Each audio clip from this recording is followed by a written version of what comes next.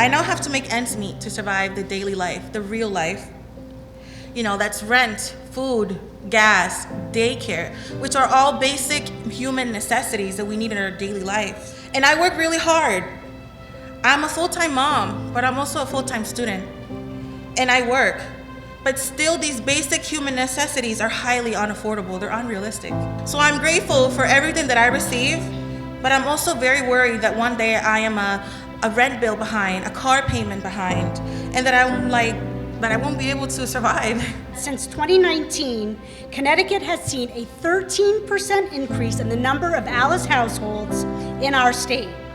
That's another 65,000 families. That's the highest number we've ever recorded. 50% of the most common jobs in Connecticut pay $20 per hour or less. Let me put that into perspective.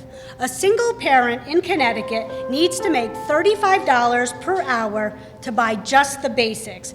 That's no extras, no savings.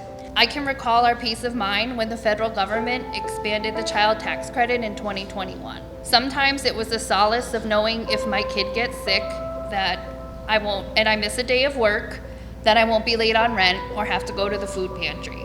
Since that credit's expired, we often find ourselves coming up short at the end of the month. We hold our breaths for an unexpected emergency, praying that nothing knocks us off the balance of our financial tightrope. I've often wondered how many other moms and dads go through this with their first child. I want to return to being a social worker. It has been difficult to find jobs that pay enough given my childcare needs, but I also struggle to pay my bills now. Having a child should not destroy a family's ability to pay for their basic necessities.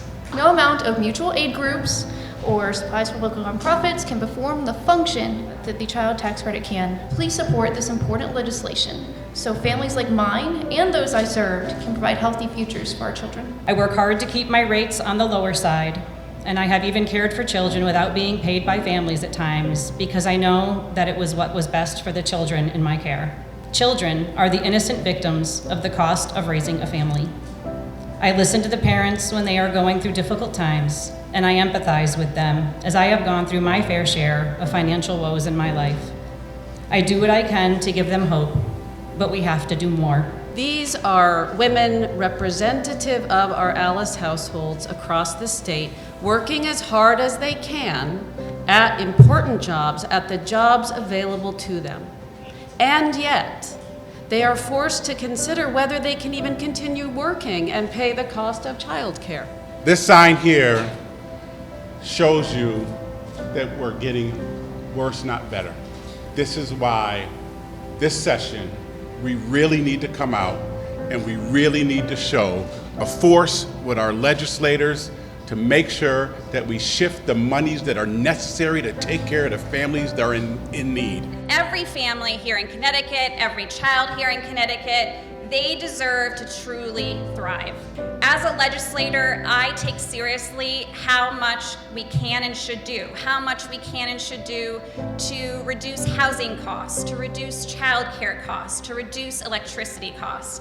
But I also take seriously what more we need to do to fix our upside-down tax system for families. And I know this much is true for the coming session, how essential it is to target our tax relief for families with a permanent refundable child tax credit. But the quickest way to make a difference of the bottom line for families is to make sure they have that money back in their pockets to spend on what they need to do for their families.